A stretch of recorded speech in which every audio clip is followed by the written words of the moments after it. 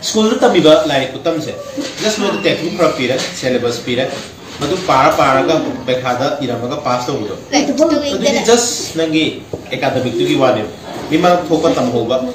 sports haida ho na hoba any sports ba adu any craft aduna Gandhi ki education da Mahatma Gandhi ki education da koi gi kaino se mi se vocational training hai se aduna hoji ano education system da lai ga do se akoi se paisa tam ba hai education tam ho ba ne yai ko aduna kana gumba isai phajana sakpa hi ba midi nangi life tan khara ga so mai follower myam la ko du paisa tam ya do ne ba ai mama du hai ga Justin Bieber one of the greatest example ba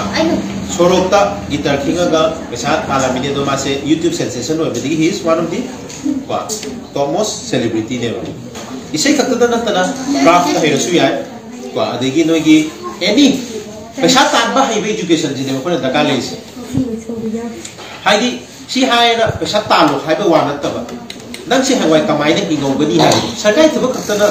thabak na te ko isana thabak tawba hai ba thabak mingo da piba ngam ga da ba adu ni ko noina hoi khang da je ta ga di bi ba man da wa nga hai ba da mi se do orator wa ga pesa tan bi ai motivational speaker wa tan bi ai you can motivate a lot ya ko adegi school ki oja oi ba khata na tana nang motivation jida any nang podcast sem be any topic ta nang be this is one of the skill ni ko adegi jagoi he ba jagoi ta sema ga video sema ga du pesa ta be aduna loi hoji pesa ta lo ha be nate loi da tam ga ba mahi se loi se bang du ko ko ngam ba pesa ta ba hai ba education du de ta ka le sum tamine tamaga master loi ro phd loi ro pesa ta ba hai ta na family kai ka de they become a liability to the society ya dai ko mama pa da pesa ni le di madu kana de aduna manipur da ko to da wali america da european country singa noi uji sama break na to winter break se part time job to hole aga sin je Barack Obama america i president ki macha no fi bhawa restaurant da waiter wai da draga da ni receptionist wai da to ni di kai di ko dia mi kai di to adu ikai bhawa de bisa ta am isagi haina ko aduna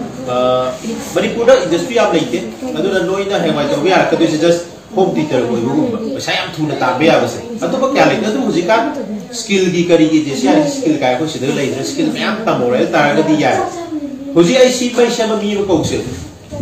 ma di pa chama logi be ya ko adu bu akoi ozagi feel sidai di ai na ka ta ki pa chama pyo ko jo haida de ko ozagi sacrifice ga do na adu bu ko akoi gi pesa tambah hi bahari se just skill hai hoga na tra na makeup ta taro su bisa tali se phiro duro mo su bisa tali se interior decoration ta taro se apoi si gi ka se kamai phaja ni khalo decorate ta curtain se mo jewelries ki se mo pesa tambah hi do de adula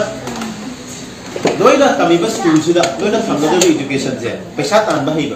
ba how to earn money se so that you can survive si sina nang livelihood khakina tana nang nasana nasabu hen motivate kong ga do ni aduna like ta budi lore like ta bai si lore bai just mara graduation lore do master lore lore haije be wani tami ga di lore dai de ko pakal tambe ya adubu mayam chadari ba graduation or master lore pada paisa tan ba haite ba bi du di mai education flow de ko haide ra ka do ni ko aduna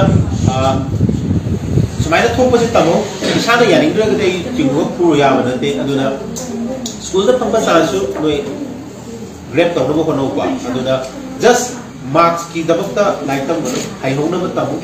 marks is just a number I don't understand hai ai da ko mark to ni sidi kai do da like tak na le bya banate ya kwa aduna hai da bo no kham na bo no just aduna ya kwa bye bye